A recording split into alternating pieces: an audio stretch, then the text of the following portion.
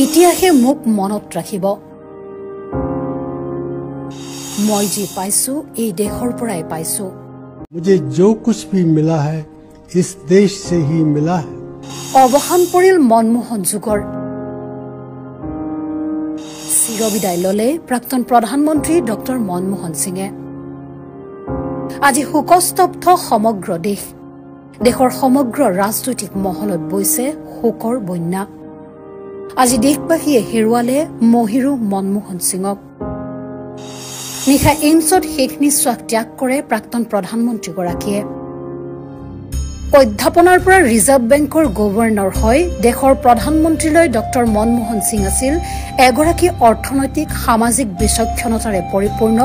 এগৰাকী মহান ব্যক্তিত্বৰ অধিকাৰী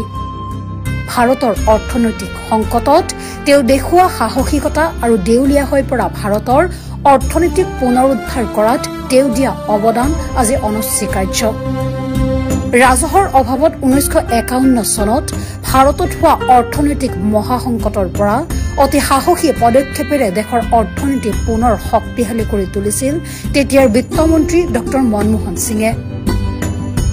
বিমুদ্ৰাকৰণ ভাৰতীয় মুদ্ৰাৰ মূল্য হ্ৰাস ৰাজহৰ ফালৰ পৰা পংগু হৈ পৰা দেশৰ অৰ্থনীতিক পতনৰ পৰা ৰক্ষা কৰি পুনৰ উদাৰীকৰণৰ পথলৈ লৈ অহা ডক্টৰ মনমোহন সিঙে কৈছিল প্ৰতিজন ভাৰতীয়ই সুস্থ আৰু মৰ্যাদাপূৰ্ণ জীৱন যাপন কৰিব পৰাটো প্ৰয়োজনীয় একেধাৰে ৰাজনীতিবিদ প্ৰসিদ্ধ অৰ্থনীতিবিদ শিক্ষাবিদ মনমোহন সিঙৰ 1932 চনৰ 26 ছেপ্টেম্বৰত বৰ্তমানৰ পাকিস্তানৰ পাঞ্জাৱ প্ৰদেশৰ গেহত জন্ম হৈছিল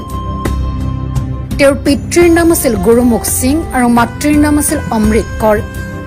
ৰাজনীতিৰ পথাৰত বহু দেৰিকৈ খোজ দিয়া মনমোহন সিং আছিল এগৰাকী শিক্ষক ৰিজাৰ্ভ বেংকৰ গভৰ্ণৰো দুখনকৈ বিশ্ববিদ্যালয় দিল্লীৰ স্কুল অফ ইকনমিক্সত শিক্ষকতা কৰাৰ পিছত ৰাজনীতিত প্ৰথমটো খোজ দিছিল প্ৰাক্তন প্ৰধানমন্ত্ৰীগৰাকীয়ে দেশৰ 10টা বছৰে প্ৰধানমন্ত্ৰীৰ পদ অলংকৃত কৰা ডক্টৰ মনমোহন সিঙে ভাৰতলৈ আগবঢ়োৱা অৱদান অনবদ্য আজি মহিৰুগৰাকীৰ বিয়োগত ভাৰতৰ ৰাজনৈতিক মহলে হেৰুৱালে এটি উজ্জ্বল নক্ষত্ৰ